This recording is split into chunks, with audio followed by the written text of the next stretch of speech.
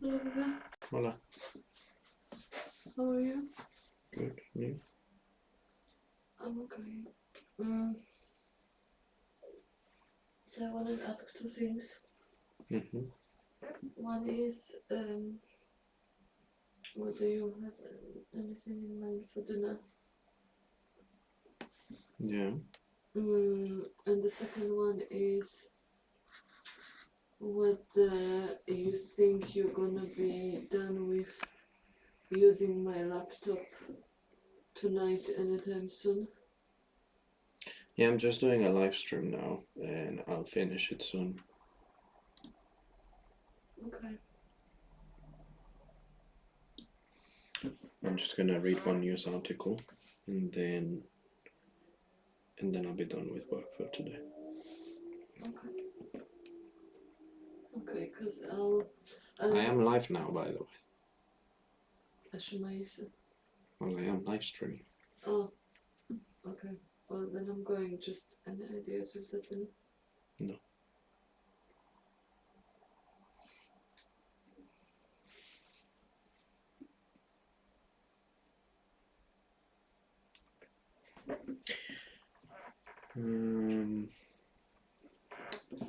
Okay, I think this is set up.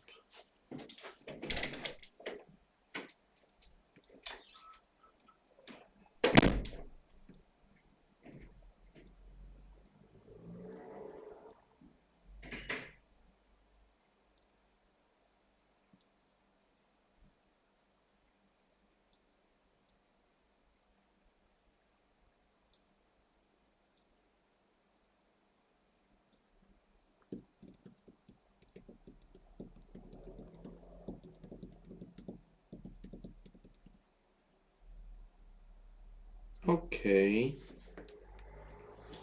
Alright, I don't know if that one's working, but I hope it is. Right, so let's see. Hello. This is going to be live. It's going to be a live video. I'm live streaming over there and I'm live streaming over there. If you want to see what I'm talking about, you can join me on YouTube live stream so you can see what I'm doing. Today's live stream is for people learning English, okay? Because that's why I have it on my English learning YouTube channel, okay? I'm going to be reading a news article, trying to learn some vocabulary, and then I will just leave the video there on the channel so that people can watch it back whenever they have time in case that, they don't watch it now. I think it's better than making a video and then editing, etc., etc. First, I suppose I'll introduce myself. My name is Edward, Eduardo in Spanish. Some people also know me as Jonathan, and that is my first name.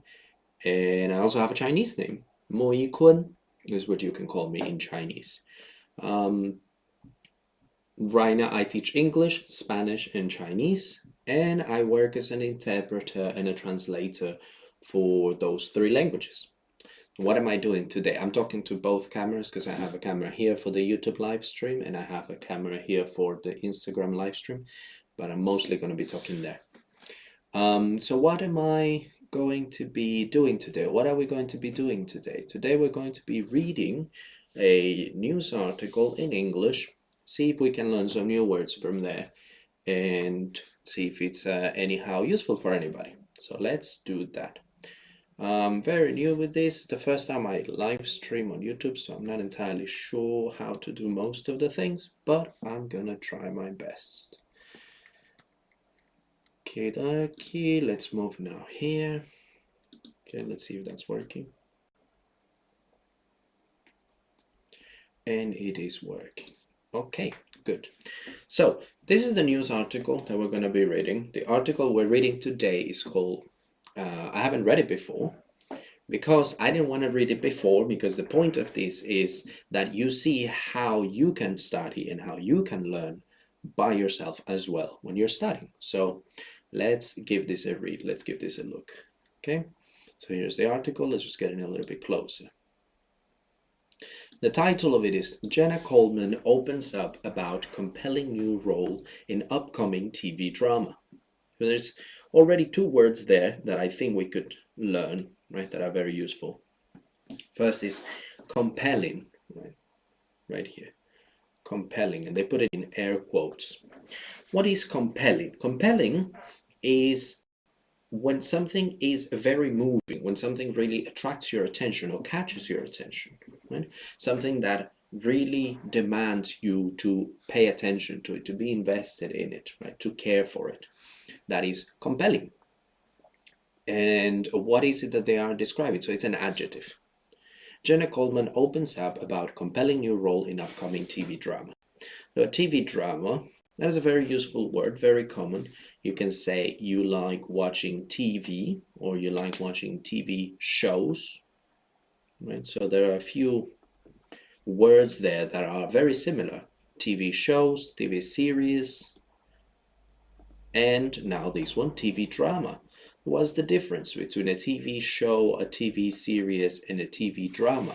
Well, a TV show is any kind of film form that has several episodes, right? It's not like a movie that is only one, maybe two, but these ones tend to have episodes, usually 8, 10, 12, it depends. And then these episodes are what we call a TV show or TV series. A TV drama doesn't refer to the length of the videos or the length of the movie or the show, but about the genre that it is, about the topic that they mainly discuss, right? It could be a drama or it could be a comedy, right? So these are types of TV shows. A drama, a TV drama, a comedy show, right? And all dramas are TV shows, but not all TV shows are dramas, right? They could be dramas, but they could be comedies as well. So that's a useful and important difference. One of them just refers to what it is, and the other one refers to the style of the story that they tell, right? Let's see if anybody else on Instagram. No? Okay. Let's keep going. Oh, sorry, that's not what I meant to do. Close it here and let's keep going with this reading. Jenna Coleman is set to appear. Jenna Coleman is set to appear in a brand new upcoming TV drama, The War Rooms. The actress, who recently appeared in BBC's The Serpent, will be taking on the role of Joan Bright, the woman behind former Prime Minister Winston Churchill's secret bunker in Whitehall. Okay, so there's quite a few new words in there, quite a few things that we could be learning from. Some of them are places, some of them are names. So let's see. Jenna Coleman, that's the name of the actress, right? I'm not very familiar with who she is, but I'm assuming is the lady in the picture. Right, so I assume Jenna Coleman is the lady on the picture of there. It's the most logical thinking. Is set to appear in a brand new upcoming TV drama. So again, TV drama, TV show, similar things. The War Rooms. So here they're using the blue light to indicate that this is the title of a previous, sorry, that's not an H, that's just a T and an L. I do that sometimes. Title of a TV show. So this is the new TV show. Upcoming. What is upcoming? Coming comes from the verb come, to come, right? To arrive somewhere. Coming is the gerund form of it, right? ing, coming. And upcoming is using the prefix up to make up a new word. Upcoming, which means soon to start, right? Something that will begin soon. You could say, oh, on my upcoming holidays, I am going to visit my family. On my upcoming weekend, I am going to travel with my friends. Right? It's usually reserved for more formal topics, upcoming. But it can also be used in other circumstances. So in here, they're referring to the new TV show that will soon start, the upcoming TV drama. Then it says the actress who recently appeared in BBC's The Serpent will be taking on the role of Joan Bright. Okay, so actor, actress, just a feminine form of actor.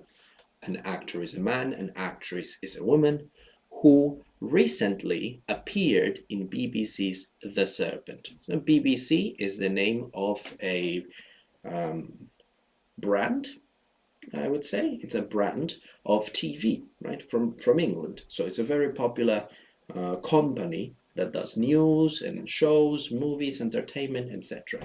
And that is the BBC. And the show is, the other show they're referring to is The Serpent. What is that show? Well, it's a show where this actress had played before. It says here, she recently appeared in BBC's The Serpent. So recently means not long ago, right? Very soon in the past, very close to our present, right? You could say, if someone asks you, how old are you? And your birthday was not too long ago, you could say, oh, I recently turned 28, right? For example, my age, I'm 28, right? And now it's not recent anymore. My birthday was in January, so it's not recent anymore. But if we were in February and somebody asked me, how old are you? I could say, oh, I recently turned 28. All right. What other uses could we have for the word recently? Recently, I called my mother to ask how she's doing. Right? Recently, I called my family. Not too long ago. That's what that means, recently. Appeared. Right? Appear has two uses. It means the same, to show up, right? But it can have two meanings or two ways of using it. Appear could mean something that was not there before and suddenly is there. If you found at the office where you work, you found a pair of keys, right? My keys? Yes, I have my keys. You found a set of keys, right? This is called a set of keys. You found a set of keys and you ask everyone, hey, does anyone know whose are those keys? Right? They appeared out of nowhere. They came out of nowhere. They were not here before, and now they appeared out of nowhere. They came from who knows where. Or, in this case, the way that they are using this example in this sentence is that she was there. She was a part of the project of the TV show. She appeared in the TV show, right? You could say, oh, this movie, I really like it because my favorite actor or my favorite actress appears in it. My favorite actor appears in this movie. That's why I like it so much. So that is those two words there that could be quite important, quite useful. Will be taking on the role of Joan Bright, the woman behind former Prime Minister Winston Churchill's secret bunker in Whitehall. Will be taking on. Taking on. This is a very useful expression, a very useful verb, to take on. It means when you decide that you are going to do something that implies a responsibility. Okay, so you could say, oh, I'm going to take on, hey, somebody's there. Let's wave. If you're going to say, oh, I am going to take on the responsibility of cleaning the house. If your mom says, hey, please help with cleaning the house or with washing the dishes, right? Washing the dishes. And you say, oh, I will do it. I will take on the responsibility of washing the dishes. I will take on this, this, and that. So take on means to do, to say you're going to do something.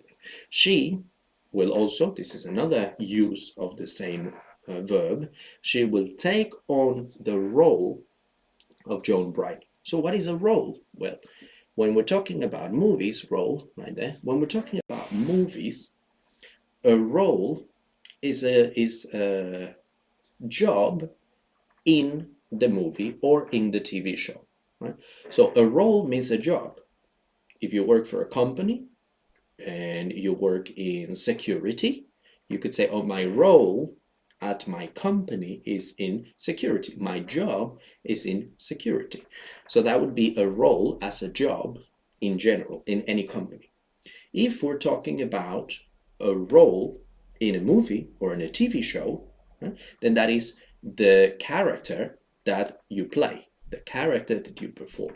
You could use it for a TV show, you can use it for a movie, you could use it for theater as well, right? In your school theater, or if you are a professional actor or actress, you could say, oh yes, I play the role of Hamlet, or I play the role of Juliet. I don't know. In this case, she's playing the role of Joan Bright. She's playing the role, or she's taking on the role of Joan Bright, the woman behind former Prime Minister Winston Churchill.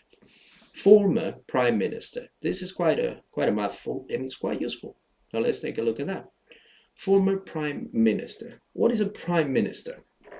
Let's have a wave. There's more people here on Instagram. Hello. Hello. Where was I? Yes, a prime minister. So what is a prime minister? In some countries, you have a president. You probably know this word. You've probably heard this word before. President, right?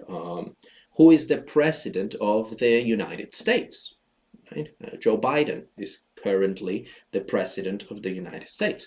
Who is the president of I don't know, I can't think of any other country right now whose president's name I know. But in other countries, for example, in the UK, where I live right now, we don't use the word president.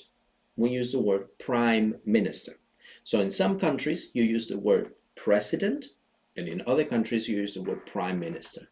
The difference is in the definition of their job and the type of government that they work in. For example, the UK, the United Kingdom, is not a republic, it's a kingdom. So they don't have a president, they have a prime minister. The same could be said about Canada. Canada doesn't have a president, they have a prime minister. Right? Who's the prime minister of Canada? Is it Trudeau, I think?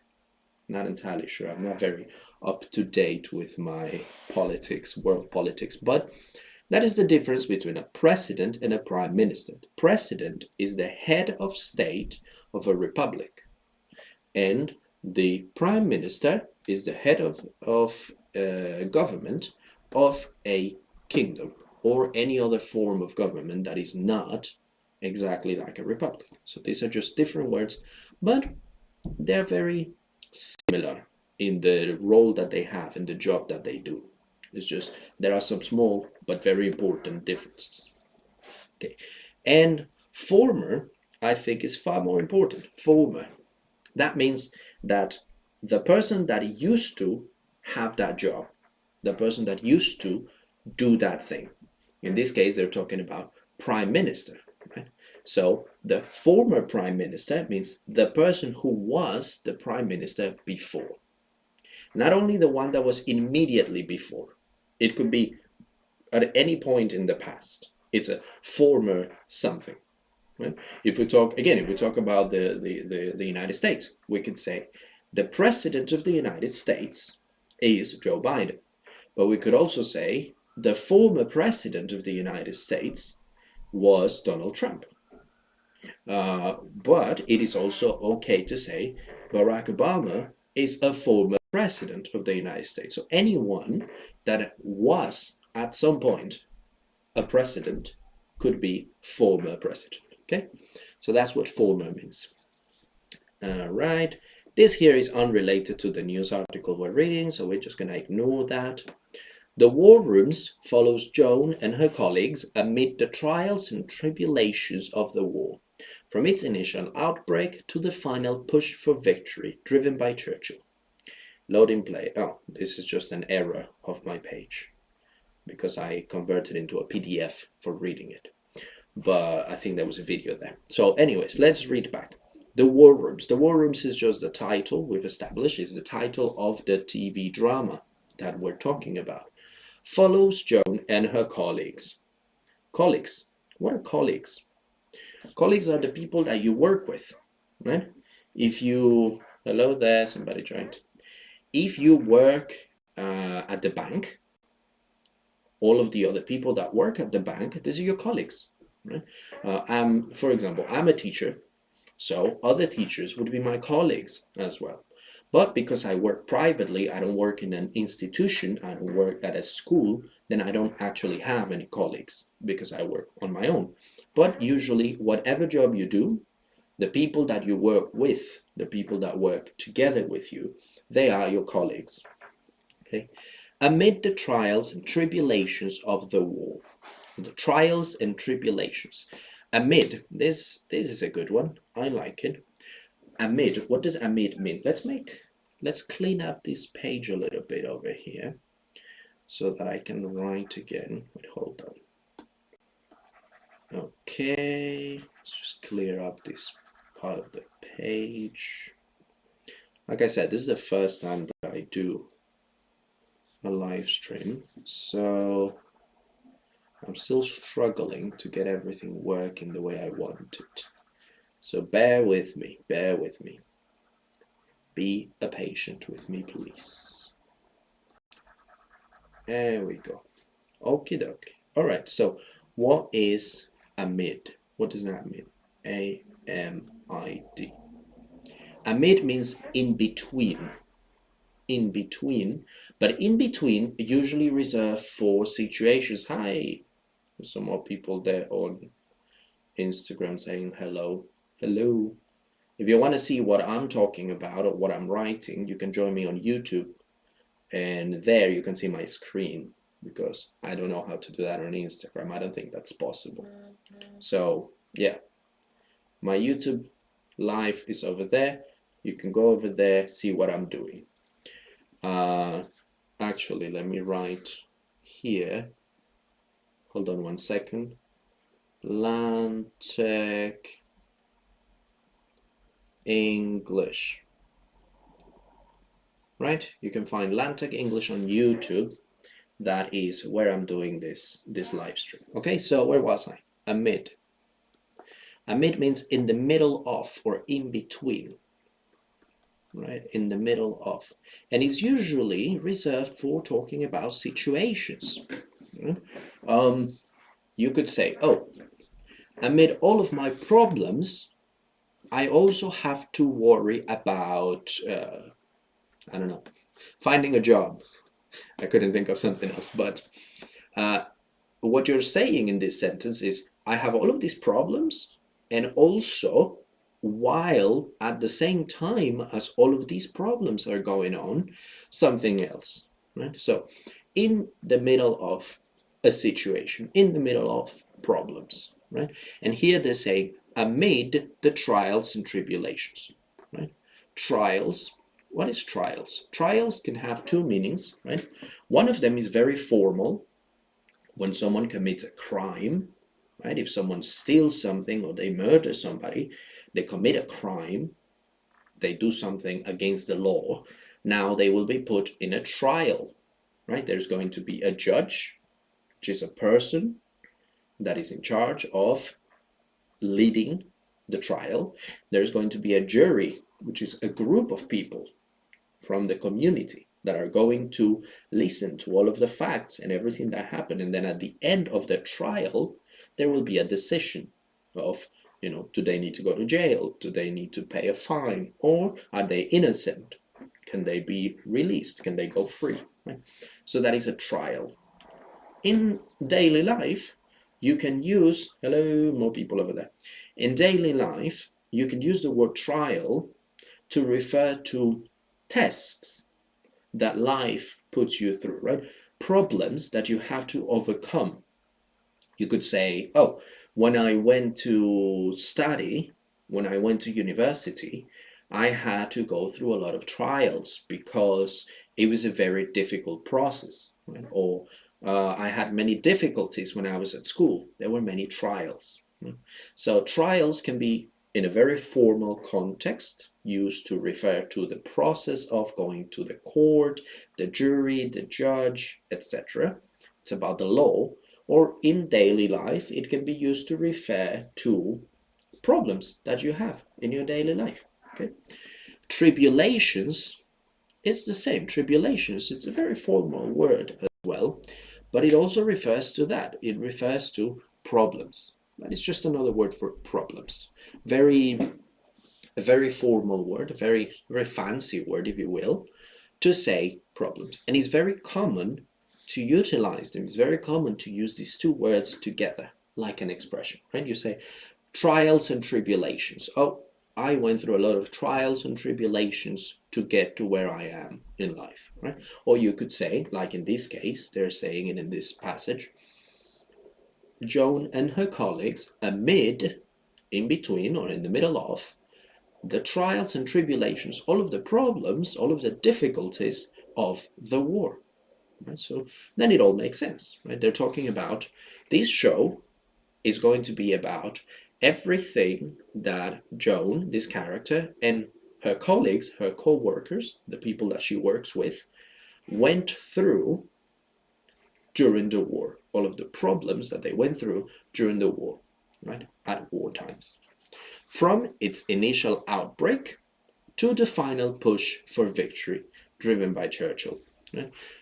So let's see that last sentence and then we can finish for today. From its initial outbreak. An outbreak means the beginning of something, but it's never the beginning of something good. It's always the beginning of something bad. Okay, so an outbreak is the beginning of, but never something good. You could use it for the outbreak of a war, right? Like they're talking here, to show the war rooms. They're talking about the war times and the outbreak of the war, when the war started, when the war began. You could say, oh, when was the outbreak of the First World War, right? 1914. Or when was the outbreak of the Second World War, right? So that's one way of using it.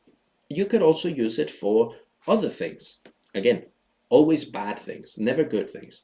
Like the situation we find ourselves right now, right? This whole worldwide global pandemic we find ourselves in. It's a disease, right? And there was an outbreak of the disease, which means there was a beginning when it started affecting a lot of people. That is an outbreak, right? The beginning of something bad. So from its initial means first, right? From the first moment when it began, from the first moment when it started, from its initial outbreak, to the final push for victory. The final push. What is the final push? That's a bit of an expression again.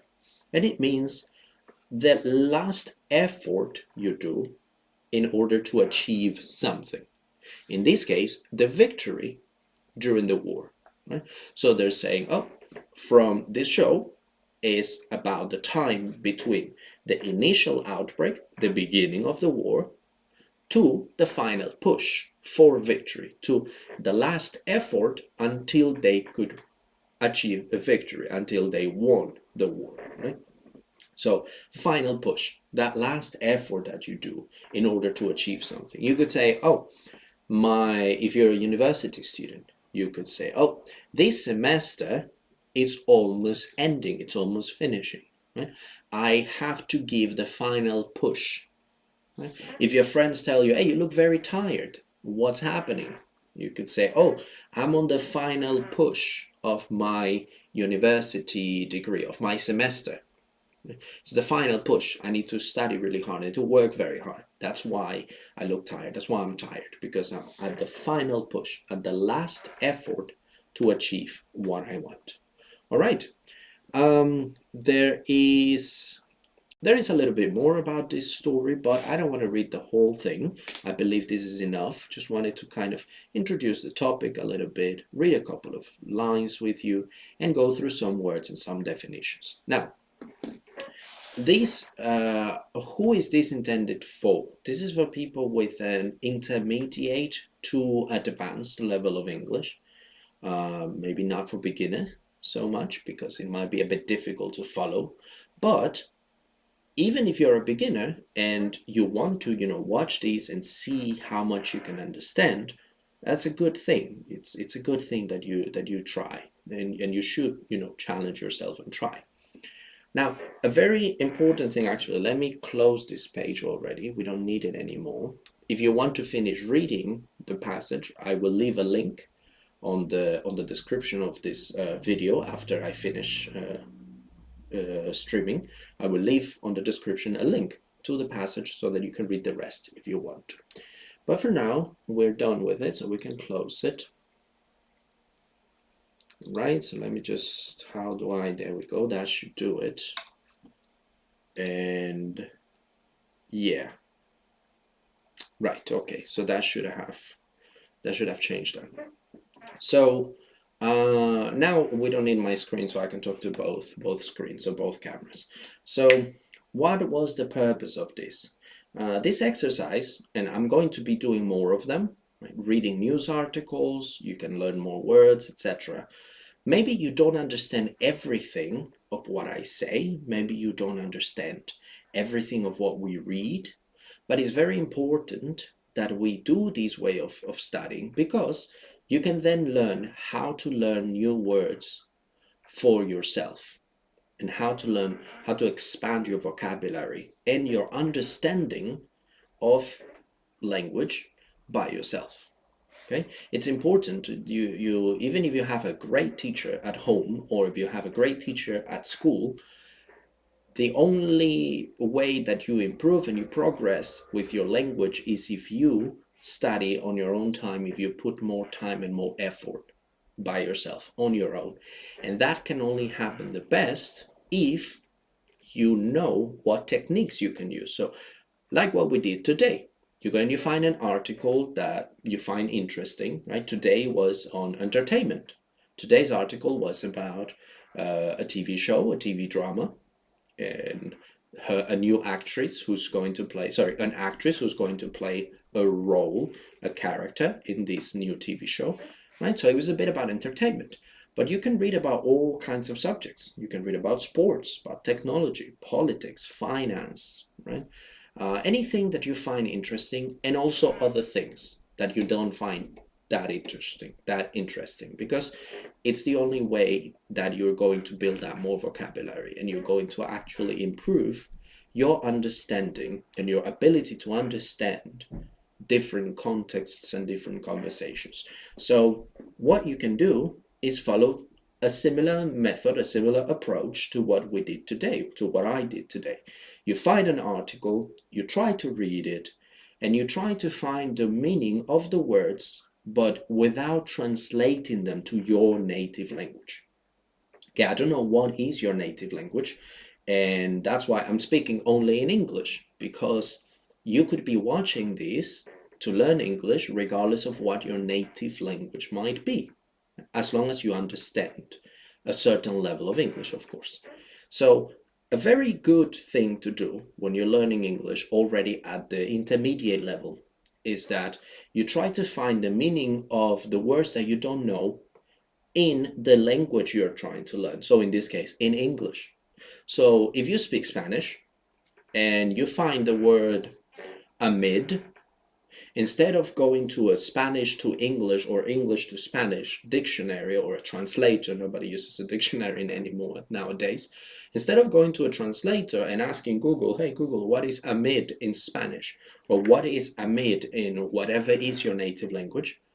What you do is you look for amid definition, right? Or trial definition on Google, and it will give you a definition, and it will give you some sentences, some examples, and it will also give you some synonyms as well. So that's what you do, that's what you need to do, and that's what helps you the most, that you try to acquire these new words in this language that you're learning, right? It pushes your brain to remember and to think in that language.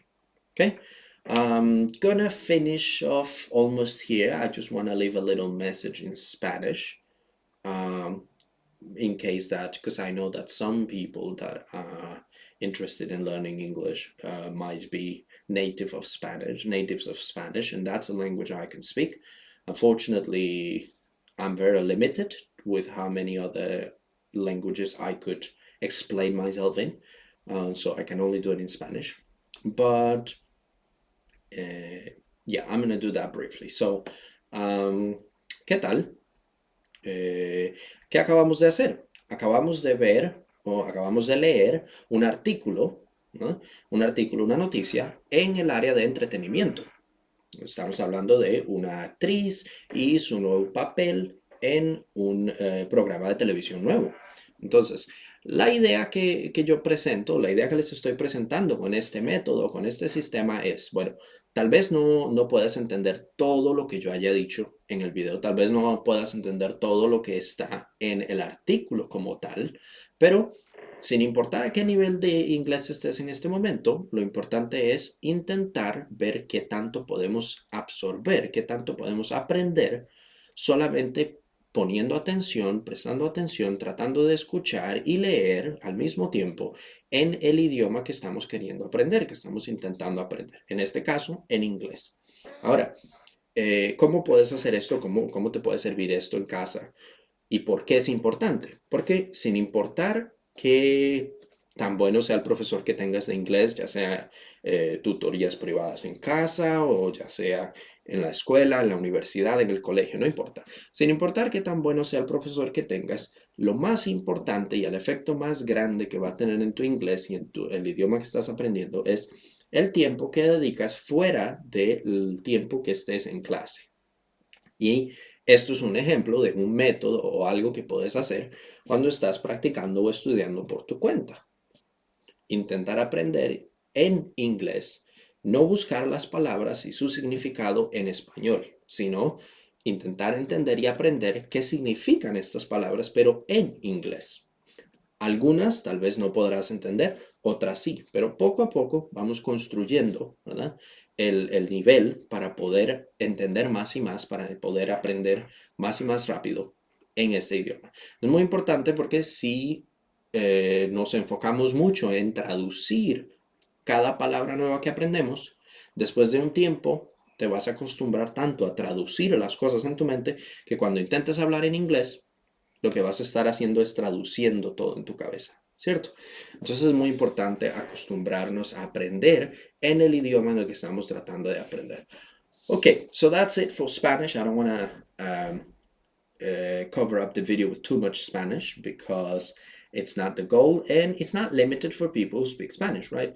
This channel, this Instagram is the only Instagram I use for languages. It's generally for everything Spanish, English, Chinese. This YouTube account that I've created recently called Lantic English is for people who are interested in learning and improving their English, right? If they already speak a little bit of English, to improve. If they're already advanced, to get even better. And if they are just beginners, then to get a very solid foundation, right? So that is the purpose of this video, and that is the purpose of this channel. I'm going to be making more of these, reading news, reading articles, and talking about learning techniques and learning methods that you can follow, that you can do. Okay, so that's it. I'm gonna go now. Any questions? Contact me on Instagram, on YouTube. You can leave a comment under the video. You can message me on Instagram, which is also Lantic Academy. So Lantic Academy on Instagram, Lantic English on YouTube over there. And yeah, leave me any comment, leave me any questions you have. If you're not learning English, but you're learning another language, Spanish or Chinese, I also teach those languages. So you can send me a text and we can talk. And if you're learning a completely different language, but you're just curious or you just want to share, you just want to talk with someone who likes learning languages as well, send me a text, send me a message, and I'll be happy to reply. I love meeting people. I personally am learning Polish at the moment. It's not going great, but because I have too much already going on with work, with teaching, etc. But I really like it. I really like learning languages, and I like to try to apply to my learning process what I tell other people that they should apply to their learning process, to my students, right? What I tell my students, I like to apply to myself. So that is all I had for today. That's all for this video. It's probably a little bit long, but I think it was a good first video. Hopefully I will get better with time, right? I'll keep making more and more. Hopefully I will get a little bit less boring. Also, I will become more familiar with the level of English of the people listening or watching these videos so that I can adjust to that level. And if you're natives of Spanish and you need me to speak a bit more in Spanish, cool. If you're natives of Chinese and you want me to speak in Chinese, cool. That is cool as well. And yeah, that's it. Unfortunately, I can't do anything else. Polish, I definitely can't help you in Polish to learn English, but hopefully you don't need that. But yeah, that's it. Okay, so that's it for today. That's it about me. Thank you very much. I'm going to sign off on Instagram over here, sign off on YouTube over there, and be done with the day. Thank you for watching. Thank you if you made it this far. Wow, thank you. And yeah, till next time. Bye bye. Close this one there.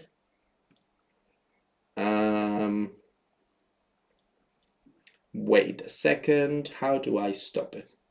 Are you sure you want to end the video? Yes, end the video. Perfect. And now I need to end this one over here. End stream. And